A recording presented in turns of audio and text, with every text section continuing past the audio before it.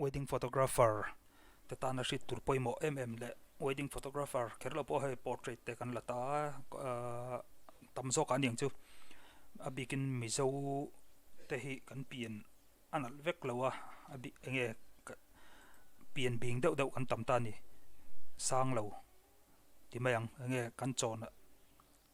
sei vak lo ti mayang khatiang chi te kha kan tama maro chu tinga khan thil keimani thalatu te khan thla kan lak dana zir khan an lan dan hi moi na moi lo ve thea hemi hin thil hrit tur pawimawh deuh mai oma chu hote ni chu na hreto tan chu na hawanga maro chu hemi keimani nau te vele chong photography ron tui tharte khatiang ho tan khan kan soyanga tekinan mo inneya chuan abikin meichia an soi taila gown an ha an moi ni ber le an lan moi ni ber tura anin ngai ni ve thina hei apoi ema chuan amaro chu abikin mizawa gown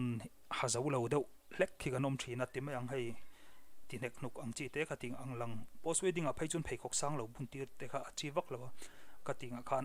nge kan mun kal na tura zir te khan pen te hara khatinga khan an hoya sneakers te chapal te mo kan buntira khatinga kalan ol samnan tinga kha chuan alang lo na chung khan an lang toi thina ni amaro chu chumi chu engting e kan tiang ti kha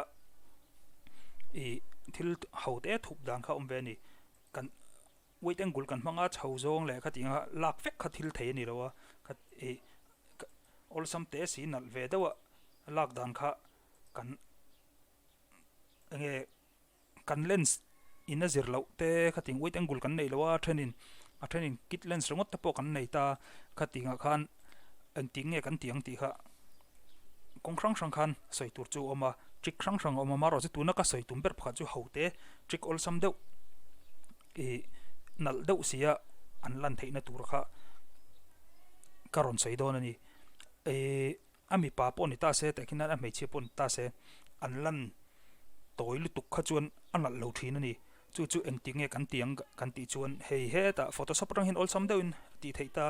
tunlai hei edit lo ti vela mi ne he kha tiang kha chu a sai me ro se enga mangai lo tur enge photography filta an la lut tam tok lo ti na ni maya hemi hi chu an lan dan hi anal tok lu tuka ma se karon soi tumper kha chu ta hin entir na karon mang don ti na ni maya hei he tami hi photoshop a chun hei hi kan munga he tami hi hei pawimawh em ani kan thala ka te kha an lo lang bing toy tur ang chi te khin nan mo nu lo toy deuh ang chi te kha ting te kha lo ta se portrait te kan lak pon he lang sang zo ngang lo ang chi nom ka chuan he tami hi kan mangang hei kan langa hei te an khup nuai vela mo kan vajek don ta ni ti hian chuan control le ti kan meta control ti transform chuan shift kan met liang control ti transform zo shift kan metanga hei tin kan pot sei hretang khan hre thim alan da an lan dan hi a sei hret tin ani chu an lang sei hretang alutuk kha chu moi chung lo a om tok khating khan kan sim ramang ke manin tin kan pot hret don tin ani chuan tekin nan an lang toy lutuk tur te kha aveng don chumi a chuan kan thalak lan dana kha anal le zulang chu ke mani a po han try chinila engemo hek te po hi te kin nan lo anglo taula du ain alang toy hret engemo chu tlai chin a chu